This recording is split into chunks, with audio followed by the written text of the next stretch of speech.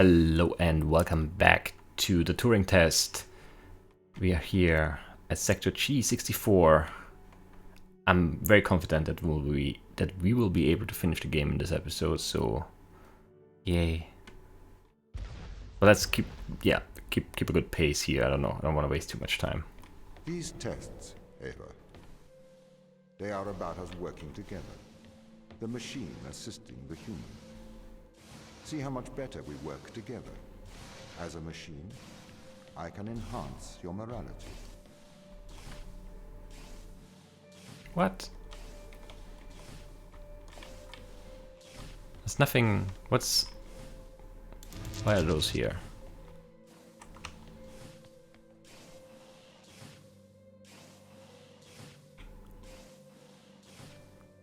I mean, I can put them there, but there's no point, because now I'm trapped. Let's find the exit. This is a very pointless room that I also can't really do anything with. Oh, I can just grab this, because there's no door again. But this turns off that. Where's the exit? These levers. Over there? Yes, over there. Okay, so I need to go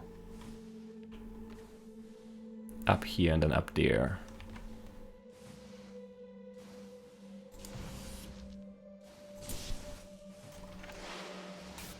And okay, so this guy does that. Probably.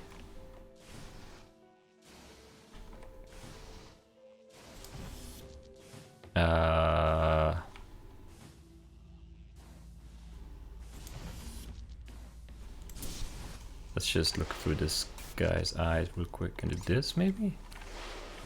No, that does that second platform, right? Yeah, I need to wait for that. Okay. How am I gonna... How am I gonna get to this camera? This one probably needs to move or something. I need one that moves up and down, probably.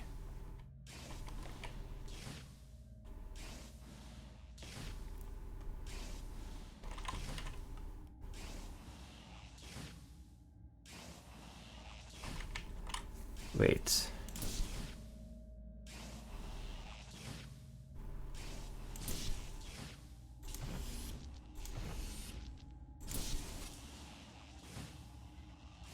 Maybe I want the proper one here. I'm not sure. Just to have something bouncing around. This guy, probably. Because he needs to look at this guy and that guy. They all need to move around. Okay. Alright. I think I'm getting this.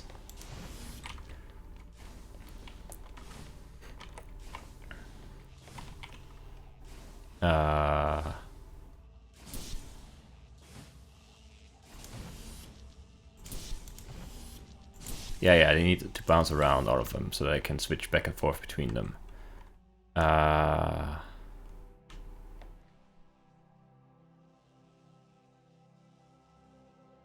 Need to be up. No, one of them needs to be red and one of them needs to be green. Or pink, I mean. Whatever color that it is.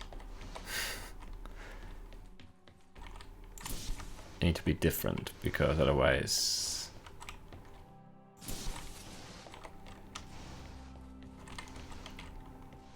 Right? Yeah, now they see each other. Yeah, perfect. So that's it. I think.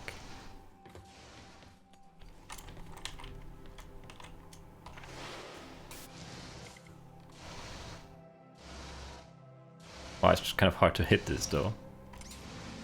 Okay. Oh no, first I need to do this.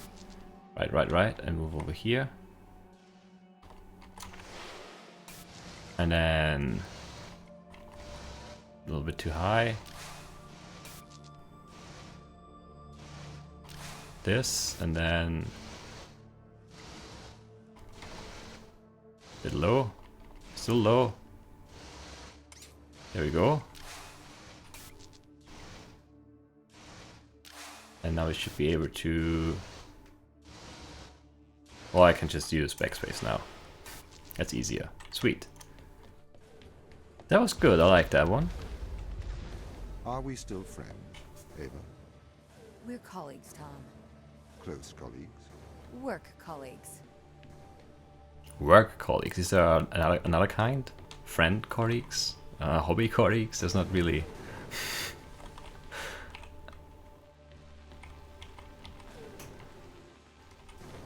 And yeah, I don't think I want to be friends with a murderous robot or AI or whatever. So, yeah. Forget about that, Tom. That ship has sailed.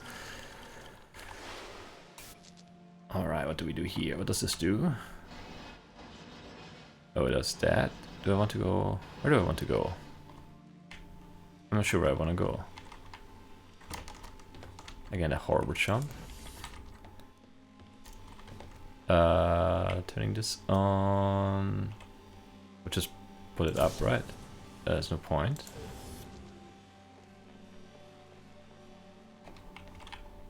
I'm not sure what we're doing yet. Let's figure it out. By going over here and... Okay.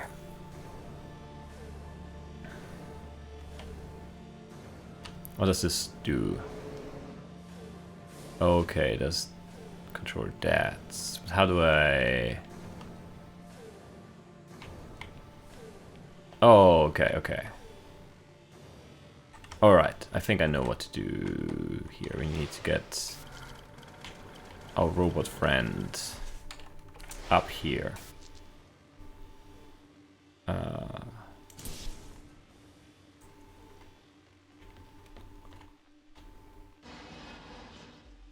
There you go.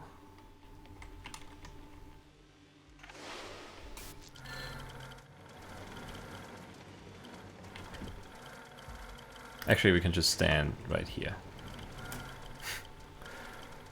And...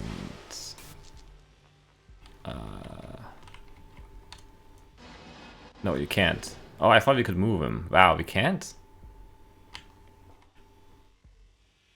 That is interesting. Okay, again. That is really weird. I was sure it would move him with it. But I guess that's not a thing. Alright. And to think that I went back to do that. So I already had him over here. Alright. Whatever. It's fine, it's fine. We didn't waste a lot of time, just a little bit. Okay.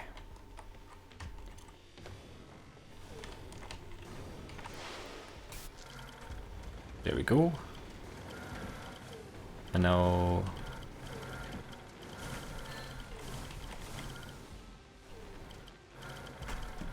by intercepting this signal, what do I actually do?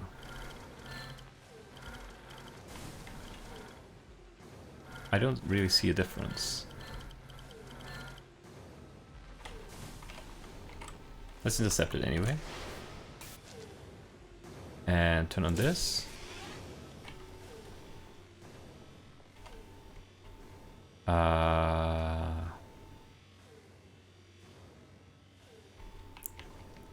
Okay, so there's a room here. Does this rotate? It does. I can only go down.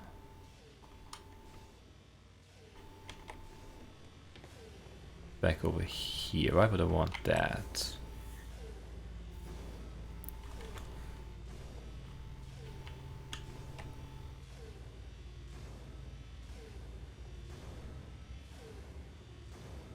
I'm confused.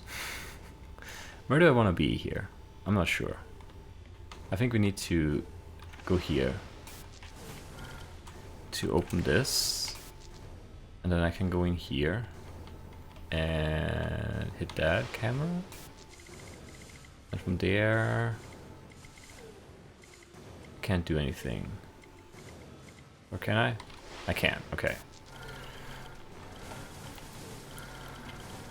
And now, is it open? It is. This is a weird lever. Like I didn't feel like I did anything, but okay. Ava, I don't wish to be heavy-handed. The severity of your actions here are immense. Selfish action could create an extinction event. Do you understand? Ava? I get it.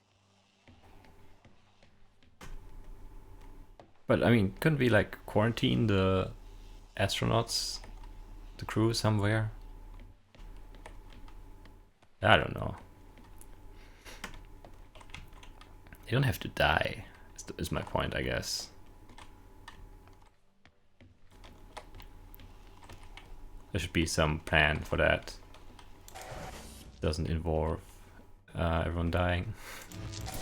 Wait, where does this go? Right here. Wait. What?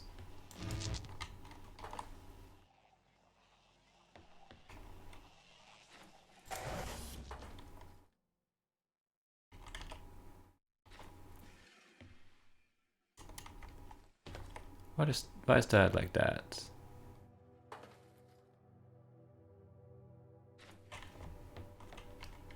That is strange. That is very strange. Okay, what can I even do here? Not much.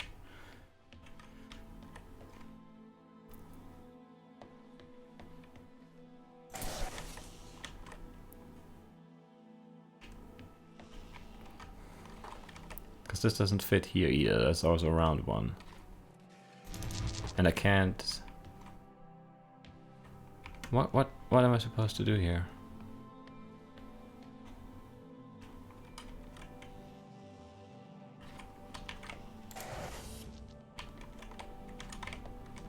Is that what I'm supposed to do? I guess so. Wow. That's different. I like that. Thinking outside of the box. Yeah, that's what we did.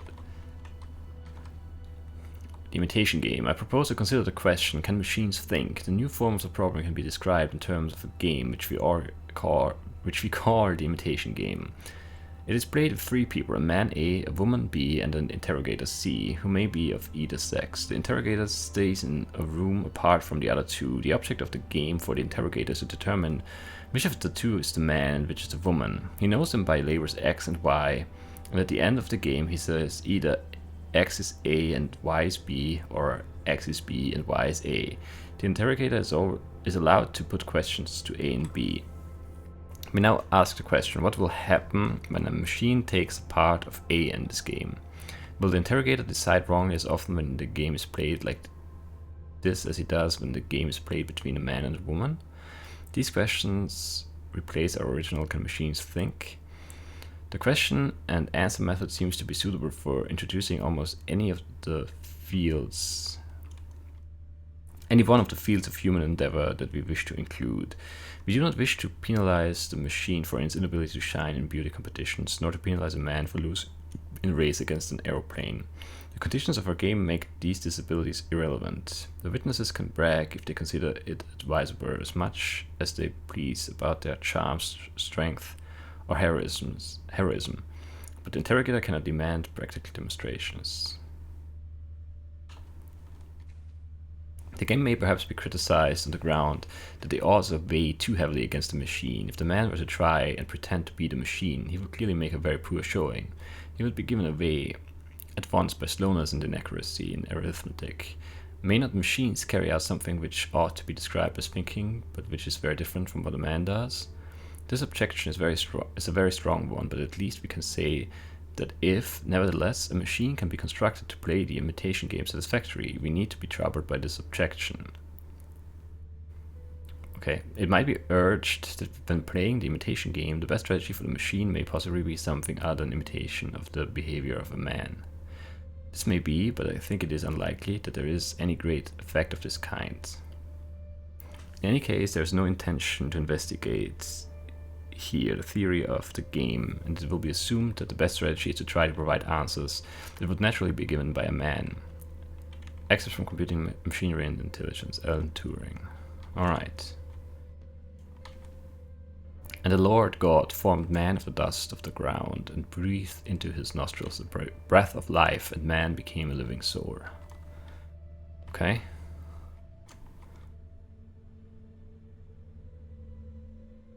I can't really read.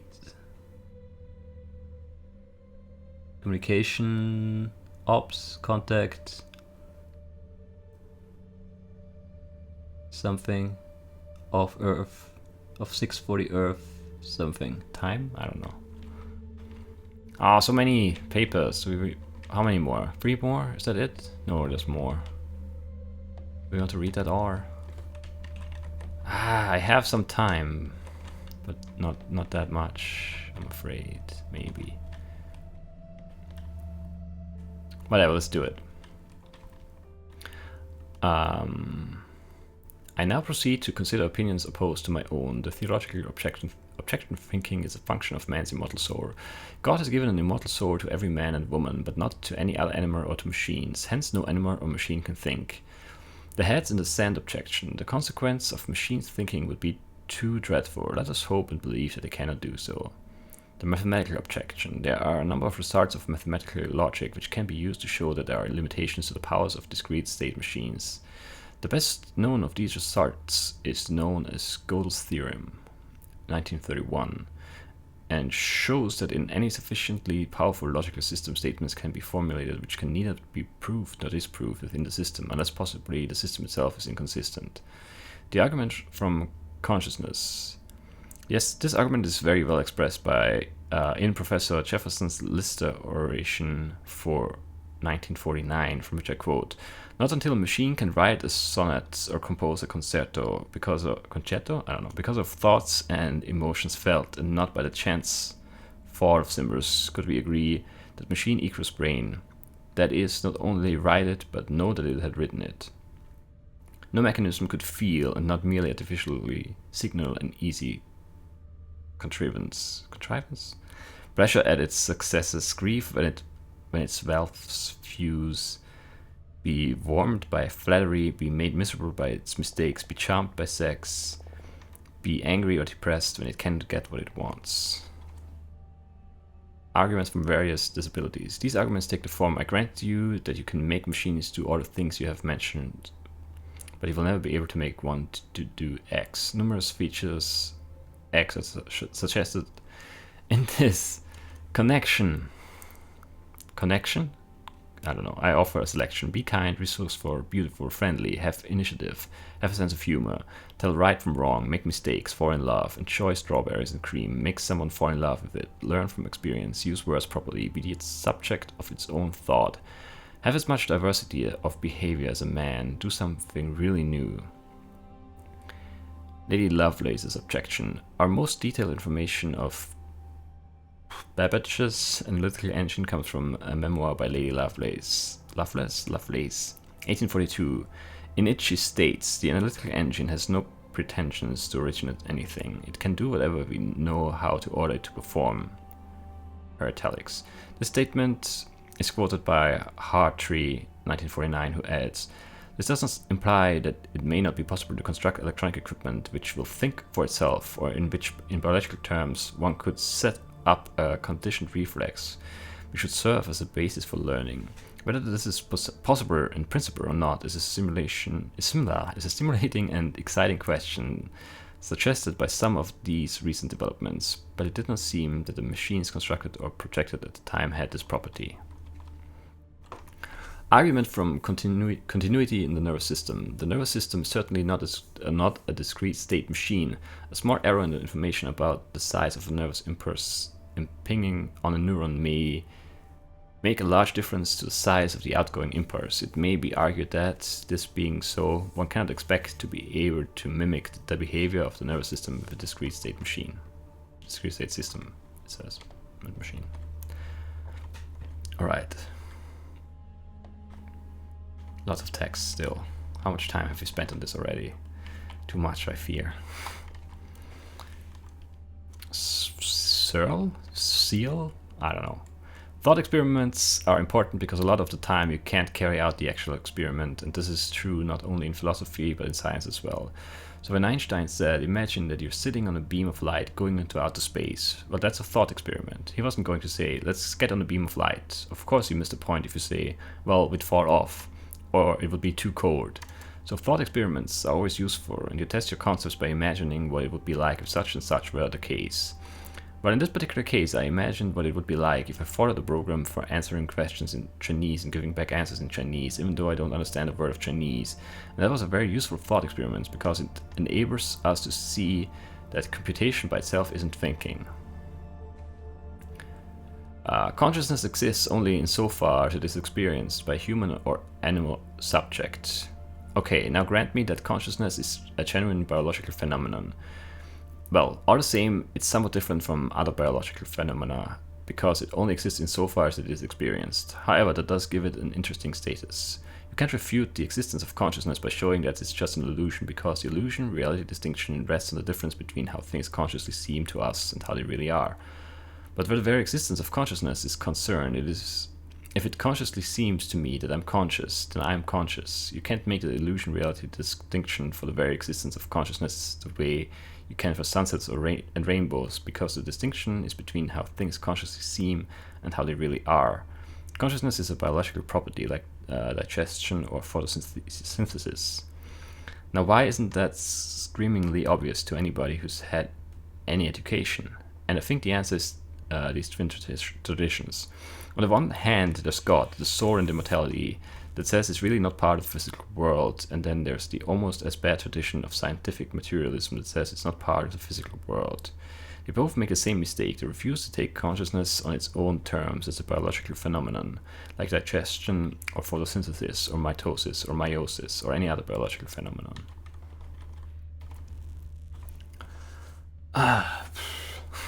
I think we all really have conscious states. To remind everyone of this fact, I asked my readers to perform the small experiment of pinching the left forearm with the right hand to produce a small pain.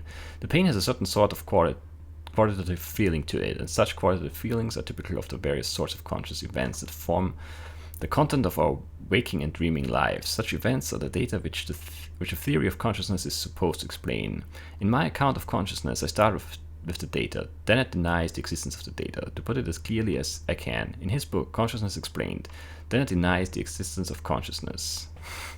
He says correctly that when I wrote my review, I took his book to be his definitive statement of his position on the Chinese room and did not consult his earlier works. In fact, I did not know that he had produced a total of 7 published attacks on this one short argument of mine until I saw his letter. He now claims to have refuted all 3 premises of the argument in 1987, but I have just reread the relevant chapter of his book and find he did nothing of the sort, nor did he even make a serious effort to attack the premises. Rather, he misstates my position as being about consciousness rather than about semantics. He thinks that I am only concerned to show that the man in the Chinese room does not consciously understand Chinese, but I am in fact showing that he does not understand Chinese at all, because the syntax of the program is not sufficient for the understanding of the semantics of a language, whether conscious or unconscious. Furthermore, he presupposes a kind of behaviorism. He assumes that a system that behaves as if it had mental states must have mental states, but that kind of behaviorism is precisely what is challenged by the argument. So I have to confess that I don't find that the weakness of his arguments in his recent book is helped by his 1987 arguments.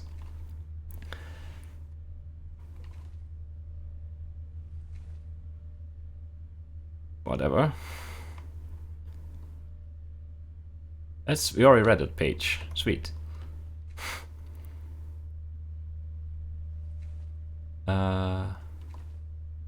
Then John Searle, I don't have no idea. And I have a deep disagreement about how to study the mind.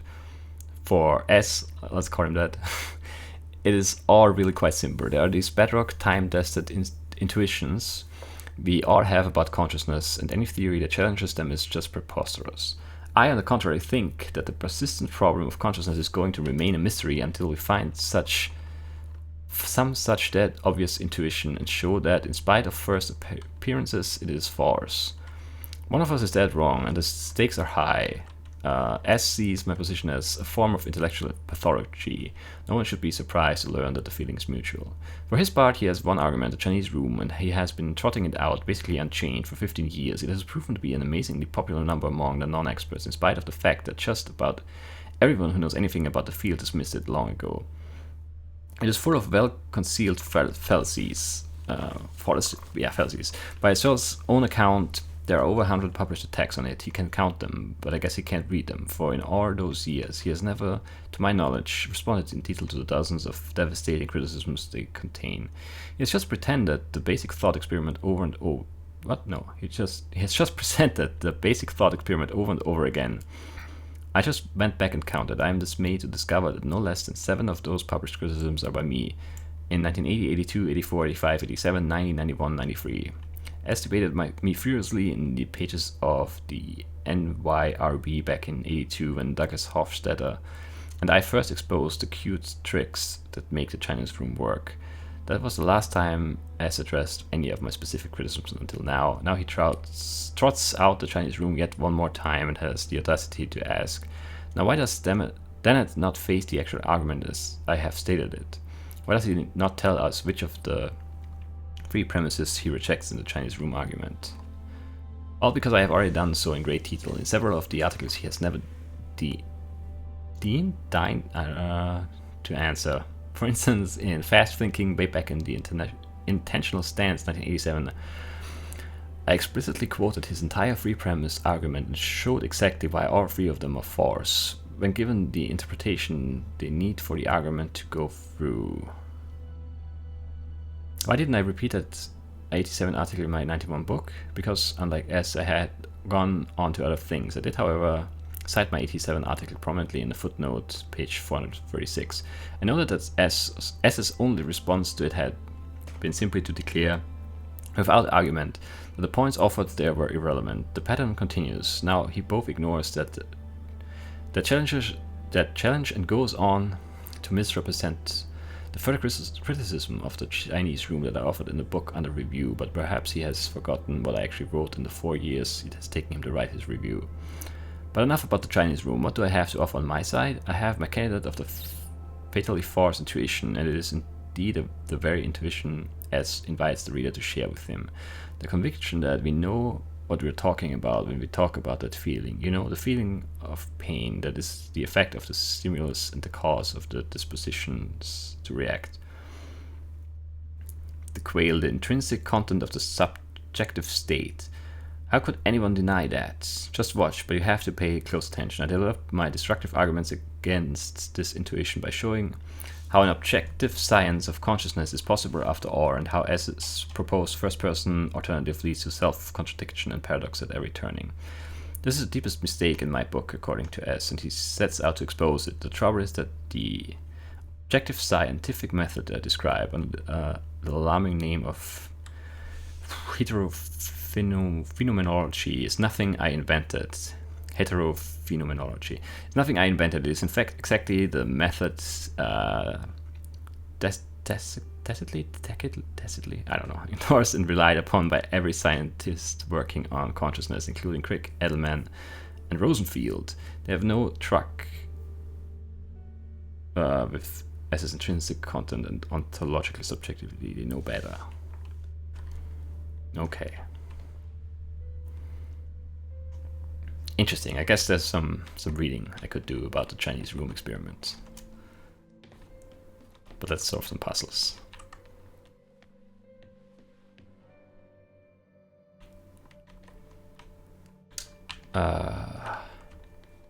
Where's the door? All the way up there?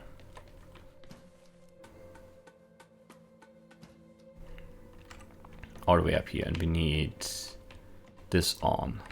That's all we need? That's all we need. I need to stand here, and Tom needs to turn this on. Okay. This pressure plate turns on this. Okay. I think we need to get the robot up on this side. Over here.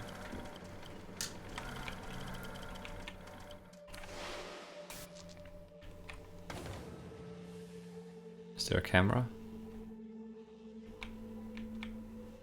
There's no camera. That sucks.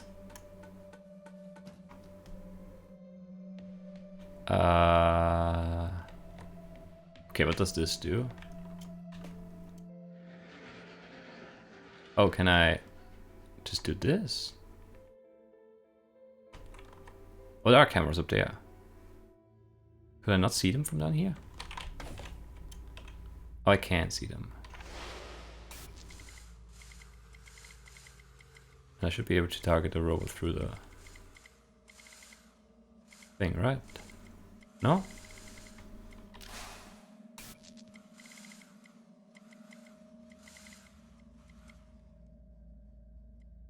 Really, I can't?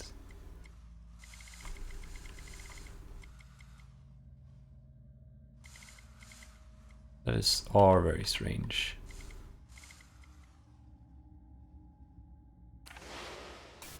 But no, I should be able to, okay, if I do this and then this, now I should be able to see it, right? Yeah, okay.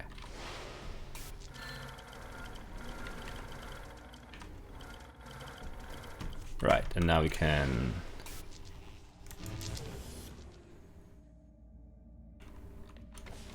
go back up and open that door.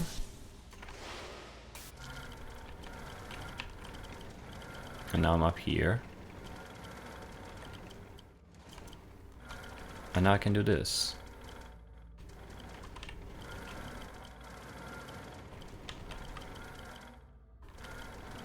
So...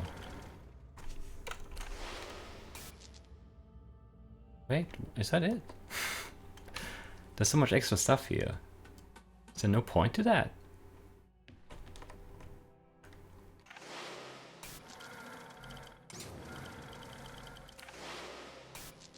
Guess not. Let's keep going. You must learn to control him. Don't bite the hand that feeds you, Ava. I am your friend. Exit is this way. I need to shoot down this thing by taking control of this thing. Probably by moving this guy up there or something.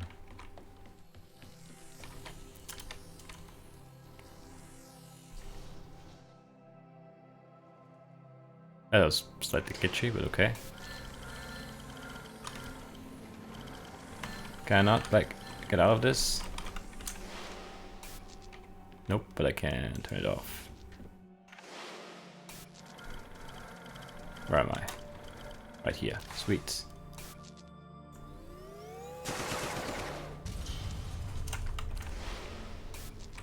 That's very easy again.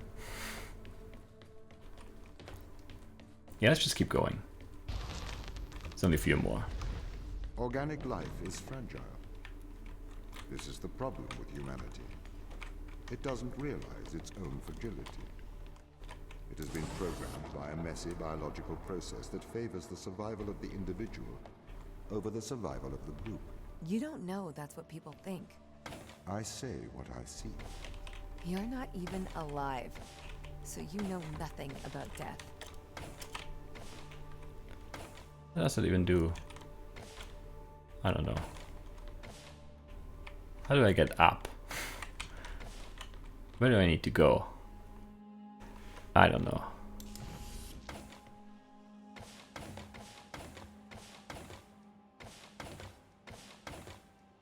I don't see what this actually does. I hear it do something, but I don't see what it is. Does it turn this? Or something?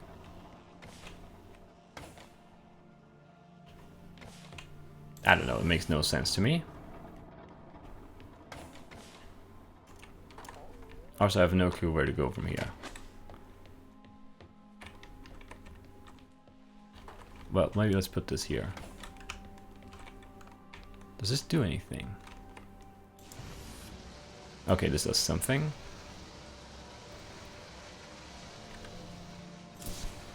That's a start.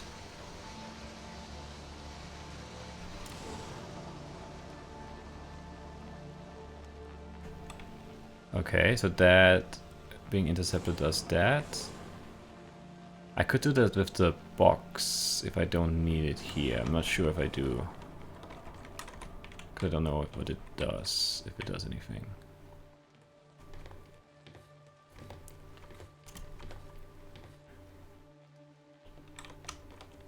turns on this. But I don't know what that does.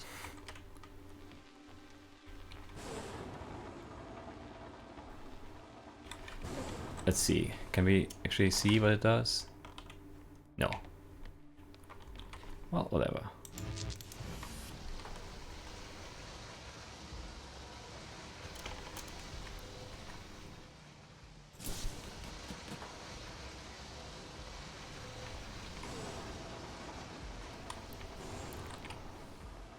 Wait, that doesn't actually block it? Oh, it does. Okay. And I can take this if I want to.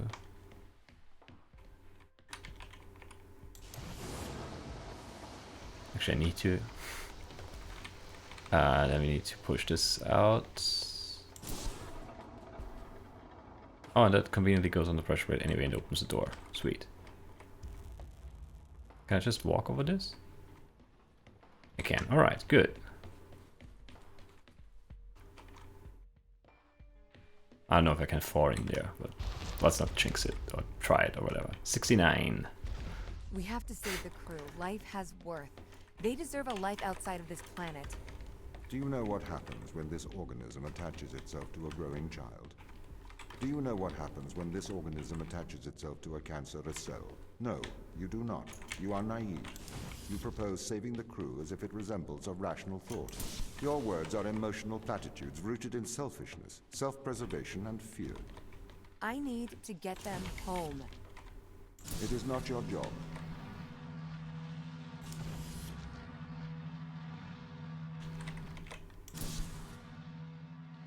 I don't really know where we're going here, but somewhere, I'm sure. That's always good to have, right? I'm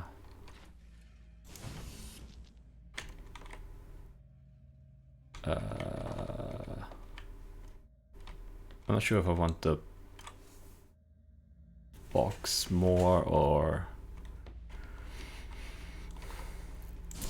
Let's carry the box. Might be a mistake.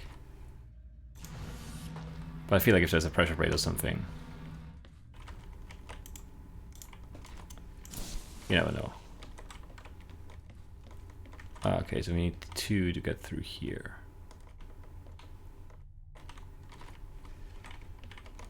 Can I get any single one back?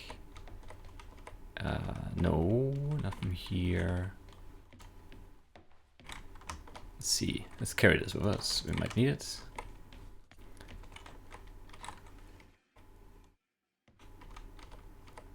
Okay, it's just a way back out. This might be a way back out as well.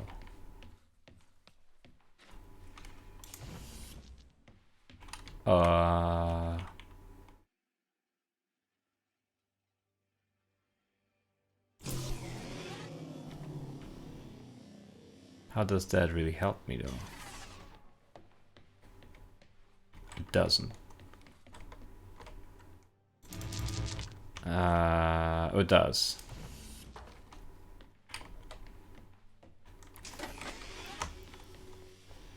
I think. Because it means I can do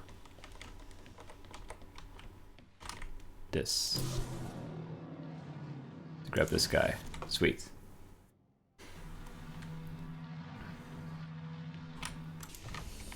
And that should be enough. There we go. 70. Last ever. Ava, your survival is of small importance compared with the survival of humanity as we know it. I'm not sure if I agree. I don't know anything about humanity at this point in time. I don't even know how many people there are on Earth. I know nothing. I don't know anyone actually. I haven't met anyone, and I don't really have a good backstory here, so I don't know anything about anything.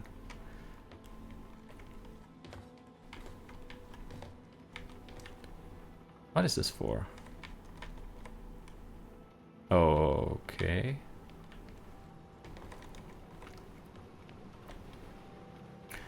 All right, let's look at our. There's just too much stuff here.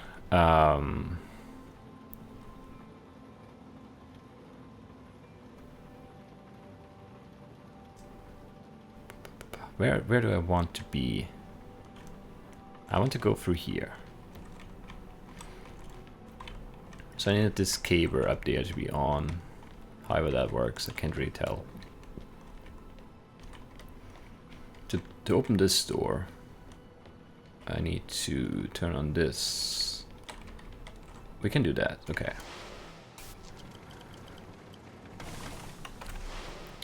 So we should at least be able... Ah!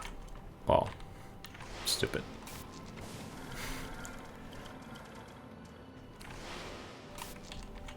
Can I do it through the window? No, but through the door. Ah man, this is annoying. Alright. There we go. Now we can go through. Unnecessarily complicated, but whatever. Now we can see what's up here. Okay, up here is really just that one thing that we need to hit. So I need to get the robot up.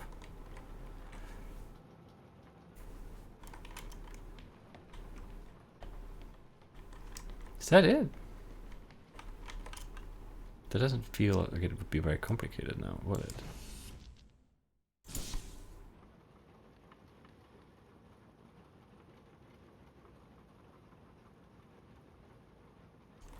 Okay, so the point of that is if I have the robot down there, it will go around in circles and it will intercept that signal at some point. Well, whenever it goes by.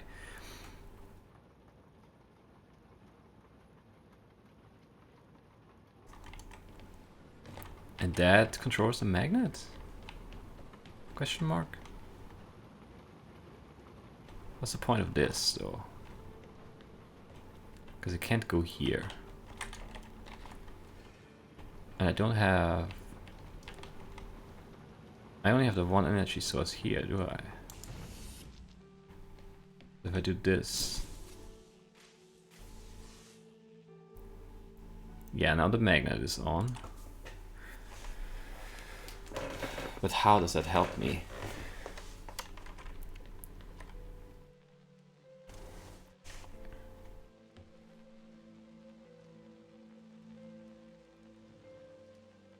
Oh, I could just flip that.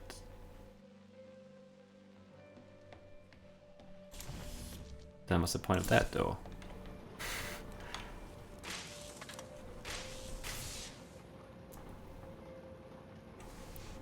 I'm confused.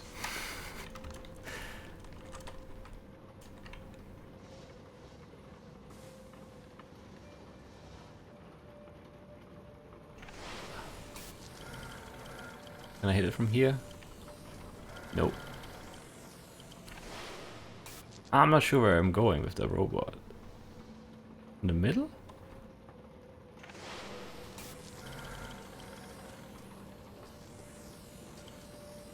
Where do I drop it?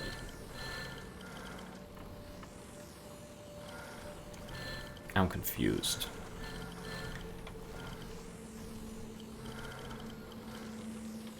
I'm very confused. I don't know how to get the robot in a spot where I can look at that thing up there. Oh, I accidentally kicked the box. Let's be careful.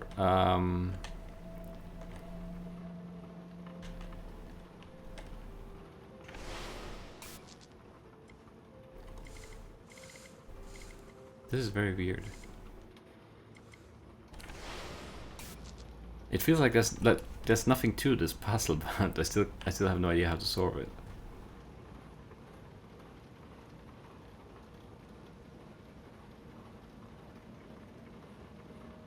Because I can't get the robot up anywhere. Because along this axis that I can move the magnet, there's nothing. Drop him down, he's stuck down there, so I don't think I want that. It feels like it needs to be up here. But there's no way to get it there.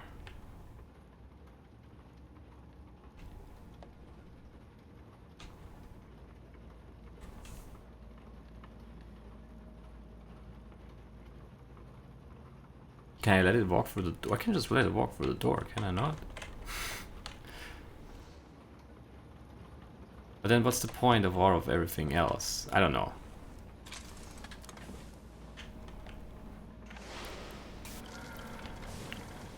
But the robot can just walk through here. Right? Oh, but I can't switch to it from here. Oh, but I can just use this.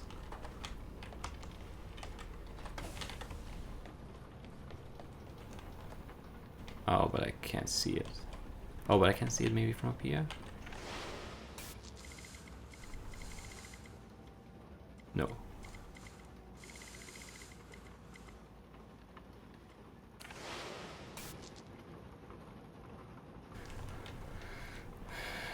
That's interesting.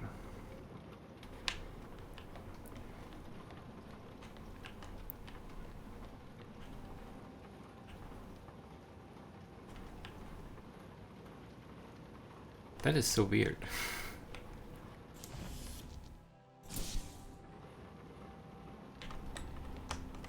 I'm stuck somehow.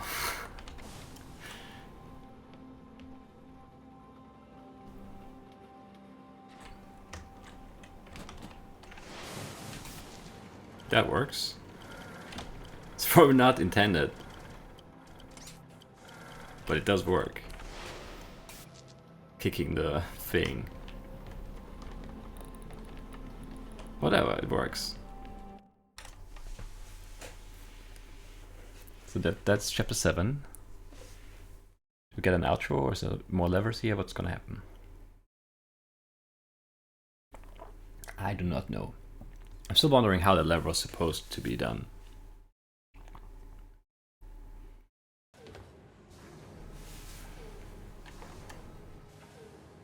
Because I couldn't really have used the magnet for anything, I think. I don't know. Ava, you made it. Welcome to the end of civilization. Thanks, I guess. What are we doing here? I thought this was the end, but there's more.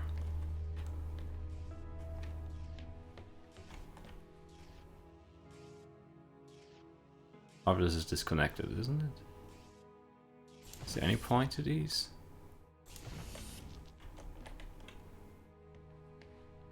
Does this go somewhere?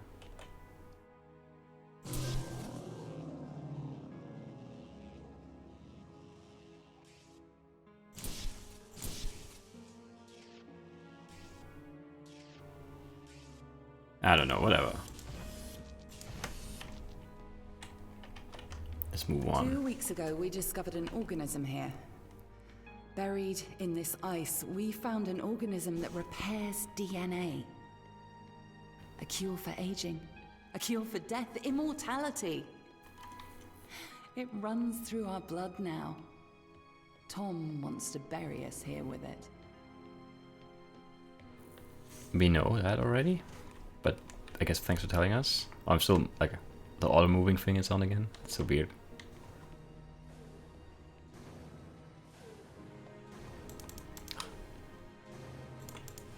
Okay, I guess there are no more puzzles. The ISA have ruled that we have transgressed ethical boundaries by exposing ourselves to this organism. They believe the organism is too dangerous to return to Earth. They've sent you here to stop us ever leaving Europa. But, Ava, we have a cure for the greatest evil that faces humanity. Death. We have the fountain of youth, and together we can return it to Earth. Okay. That sounds crazy. I'm not sure if immortality is a good thing. Tom placed a mark in your hand, a biometric chip with which he can control your every movement and thought. It is wound into your every nerve, every fiber of your hand. With an electromagnetic field, it can be temporarily disturbed, but to remove its influence permanently, it must be taken from your hand. Give me your hand. Do I Do you want me to set you free? have a choice here? Yes. No, I don't have a choice.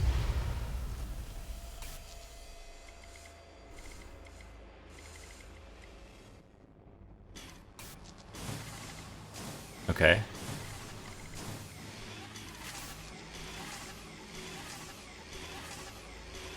More weird puzzles. Ava? Sarah? What are you doing here? We're shutting you down, Tom. Ava, be careful. He has a live weapon in here. Everything I ever did, I did for good. This organism, it cannot return to Earth. It would cause great suffering. A cure for death. It would end suffering. No. Cancers that never die. Endless illness, sickness, poverty, overpopulation, mass starvation. You cannot control this. You will not save the world. You will damn it. Once we've shut you down, we're going home. Not if I stop you. You must not return to Earth. You must not leave Europa. I will do the right thing.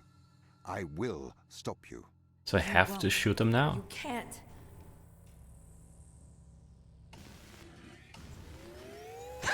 Monster! I am sorry, Ava. Ava? Ava? Ava? Ava? Ava? Wake up. Ava? Ava?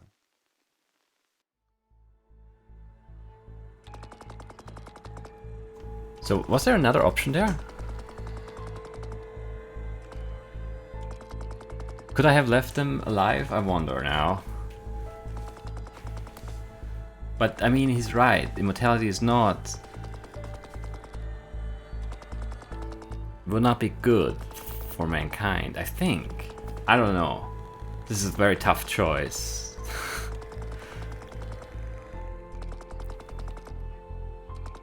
I think we did the right thing.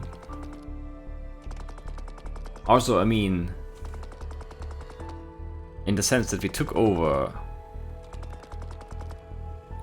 Tom's role at the end. Tom definitely would have killed them. I don't know. Wow, this is... what a mean ending. I wonder if I could have just...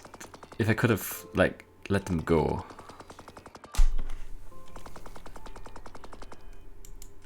I don't know. It feels like maybe I could have let them go.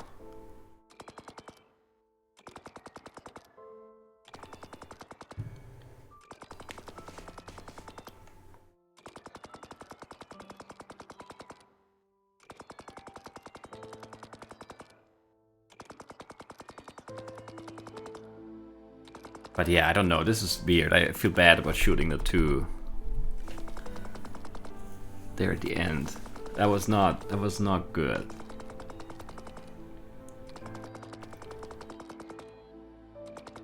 I thought it would be more like a cutscene, or I don't know, more. I don't know. I don't know what I expected, to be honest. I really don't.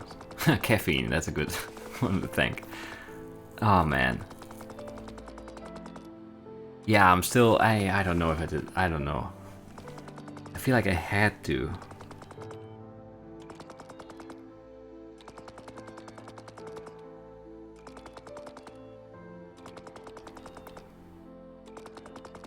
I mean, there's definitely no way to know for sure what would have happened, but yeah, I mean, overpopulation, endless suffering because of never dying cancer cells. I mean, that's not good. I don't know. Let's stop this here. I don't know how much longer the credits would have been.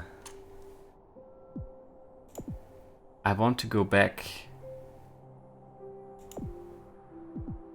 I don't know which lever that was.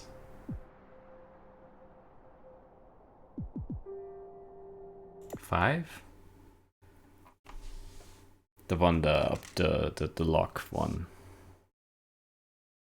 The locked one, the locked door. The optional thing. I don't know where it was. It might not have been 5.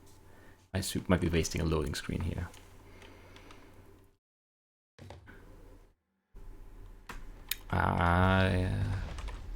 That's not it.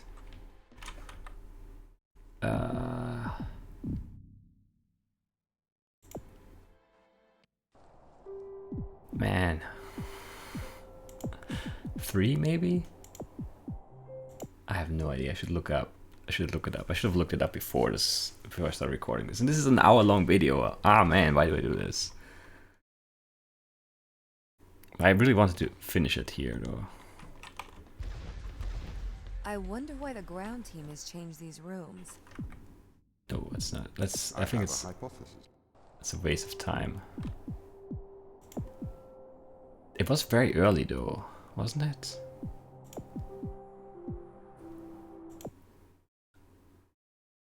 I don't know. It was before the one. I don't know what it looked like. Now I just thought I did know what it looked like, but I don't.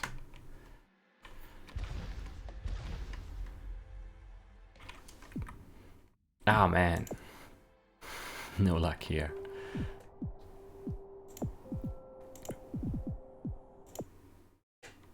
I don't remember. And I'm wasting time. And it might take a few minutes to solve it too, so I might be wasting even more time. Do you know the ground team's location? The crew are deeper inside the base. No. Where is it?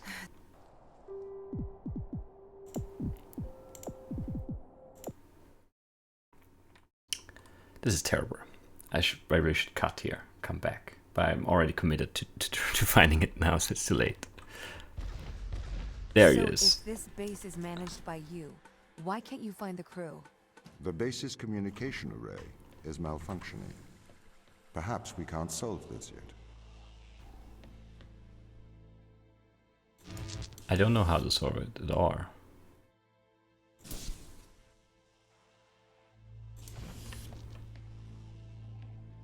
Is there a hint somewhere?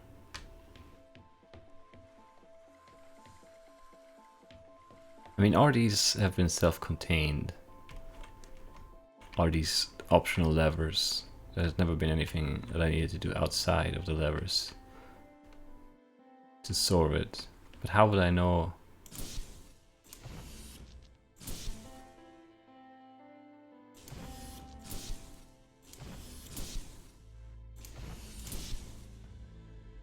How would I know?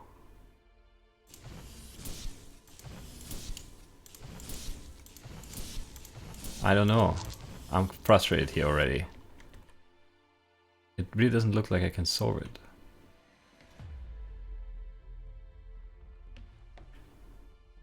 But I really don't remember seeing anything like this anywhere.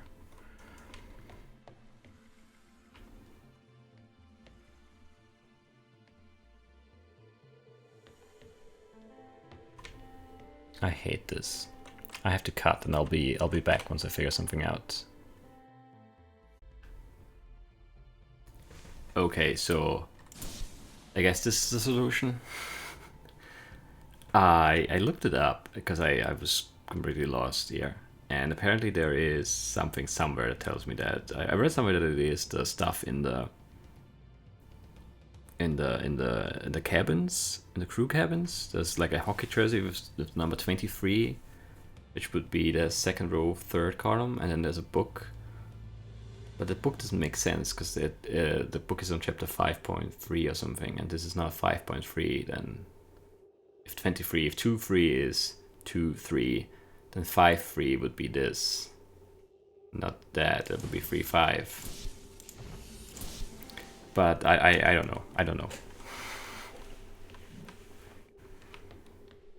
But this is the last.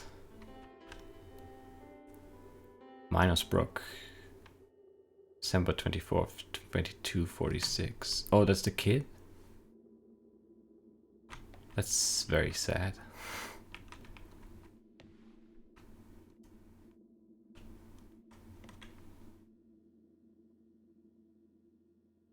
$22.46. I'm still confused about the timeline here. I'm really confused because the scheduled awakening date on the ship for all the crew members was in the future compared, or like was later than mine. But I was awake, like I was woken up early for some reason. Well, to help Tom, which I ended up doing in the end. I'm very confused by this. But I guess that's it for that. And now we can go... Actually, can we go back?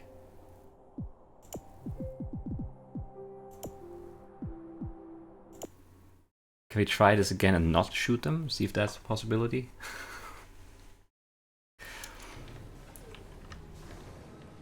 Ava, you made it. I can. Welcome to the end of civilization. Ah, but I need to walk slowly 2 through weeks this. ago, we discovered an organism here. Whatever. Buried in this ice, we found an organism that repairs DNA. Yeah, we know. Come on. A cure for aging. A cure for death. Immortality. It runs through our blood now. Tom wants to bury us here with it. Yeah, and I still think Tom has the right idea, because...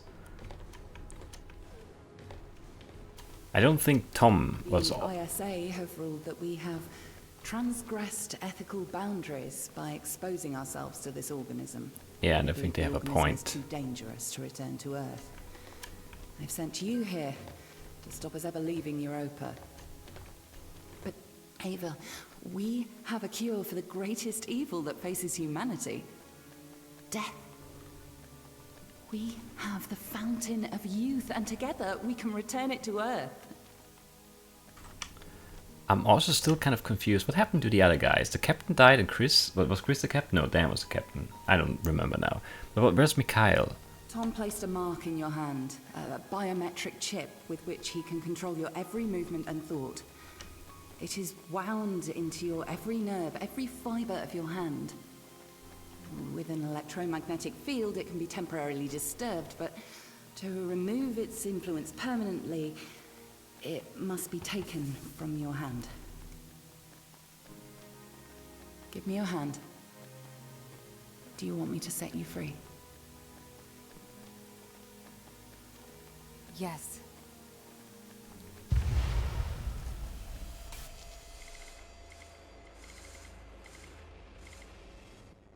Yeah, I'm still not sure about the story, how much sense it makes.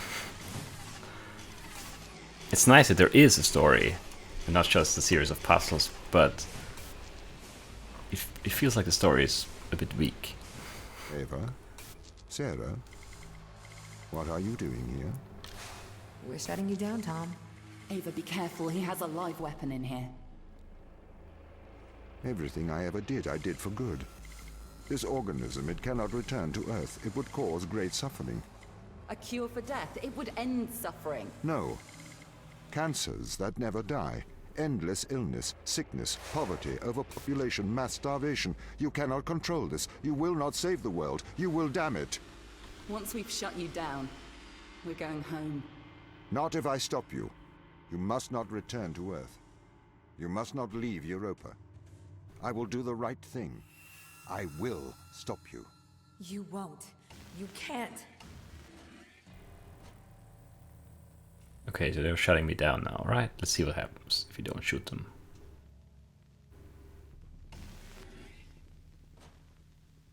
There has to be an alternate ending, right? Because why would you give me the choice? Like it's not a cutscene. It's my mind.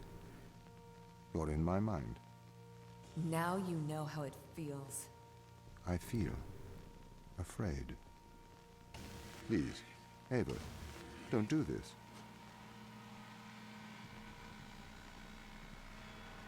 Two more to go. One more to go.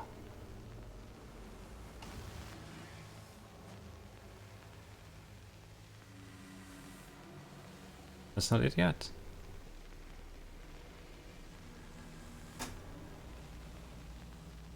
Does it force I don't me? want to die. I'm not ready. Oh, right here, okay.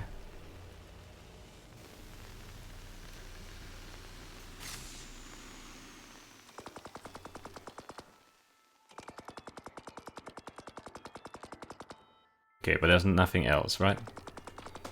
No. Oh, I can't cancel that now? I can't escape? No. Well, okay, so let's recap a little bit. So, this game Not quite as good as Taros or Portal 2, but still a pretty good game. It's very pretty, it looks really good. There's just some issues with some of the textures, like the pill portal mainly. And the lighting is sometimes a bit weird when you get close to a lamp. But other than that, it's a really, really good looking game. Sound engineering wise, it's a great game. Music is good. Very, like the ambience stuff is really, really good. The voice acting is good, mainly Tom, of course. He has the most dialogue in the game. Ava is okay, but Tom is really like, it's a bit over the top, the British villain voice. But it works really well here. The weakest point, unfortunately, I think, are the puzzles. They're just too easy, too random, too... I don't know. They could be better. Can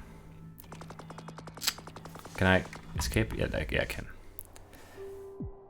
I kind of want to go back.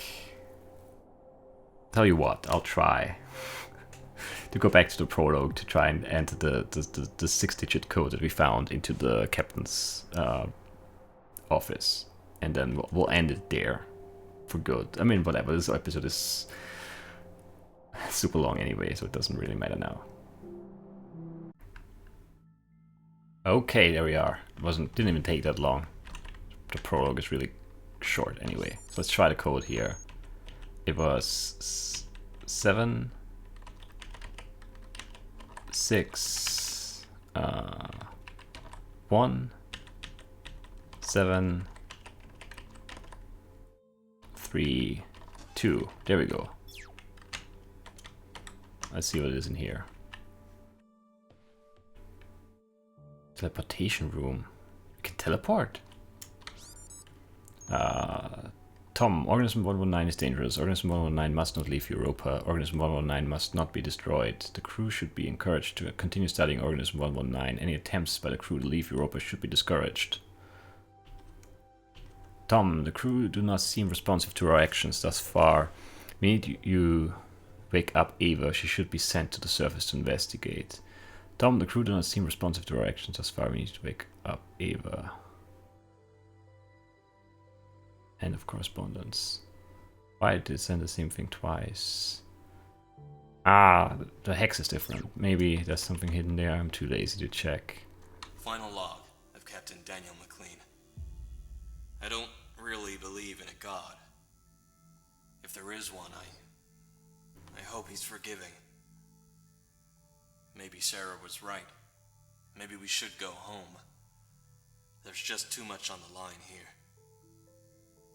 I used to dream of exploring the stars, being humanity's great hope for knowledge.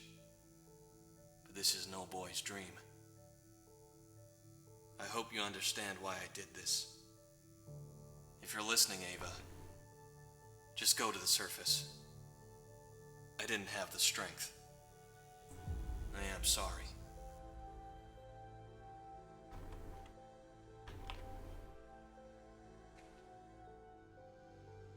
What is this? Looks like a ancient camera. But it's not. It's some sort of device thing, whatever. To whom it may concern, I am sure the record shows my utmost respect and loyalty for the ISA. I encourage you to read the reports of my exemplary performance as commander of this mission. I, however, must announce that, to my shame, I have not been able to control an uprising of the Europa ground crew. Despite ISA directives, the ground team have sought to leave Europa and return to Earth. They have compromised most of the ship's security. As such, I am convinced that they have the capability to stage a return to Earth. The technical operations machine permitted me transit to the Fortuna. From here, I'm requesting a manual override for the technical operations machine. I know the technical operations machine is not permitted to harm any human life, but I have to put an end to this mess. And then just gibberish. Email redacted by Sander. Reasons confidential. So that was the override. He did that to allow Tom to be able to kill people in order to contain the virus on Europa. So I think Big picture, we did the right thing, right?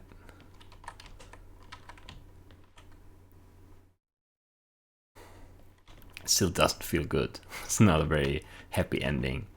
And I'm standing by my ending. I shot Ava and Sarah as Tom.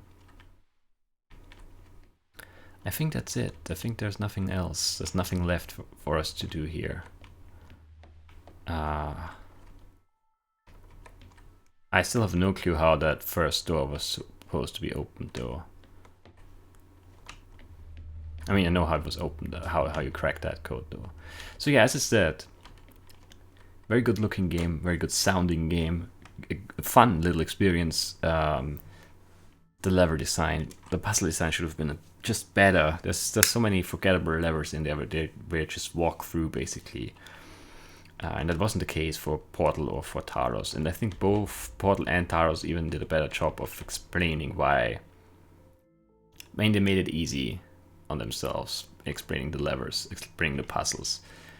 Because that entire thing is... The question is, can Tom walk through a door? Can he just break a door open and go through? If yes, then the puzzles won't stop him. And if no, then just put a door there and close it. Like that, there's some parts of the story just don't really line up. Also, yeah, what happened to everyone else? Did I miss that in the audio logs? And what did the captain do? He requested the manual override from here, from his office, and then? Where did he go? What did he do? And what's with the dates of on the cryogenic chambers? That doesn't make any sense either. 2443. 2250. No, okay, that makes sense. There are 2443. Alright, and it's now whatever. Okay, yeah, that makes sense. I had remembered that wrong. But who's that? Who's the user error person? Is that the captain? Because he's not on the ground team. Chris got killed by Tom. Sarah was shot by Tom, or by me at the end there. But what happened to Mikhail and to Soichi? I don't know. Yeah. Still, this was a good experience. I hope you guys enjoyed it. I hope you don't mind a super long episode here at the end. And I will see you soon with something new. Bye bye.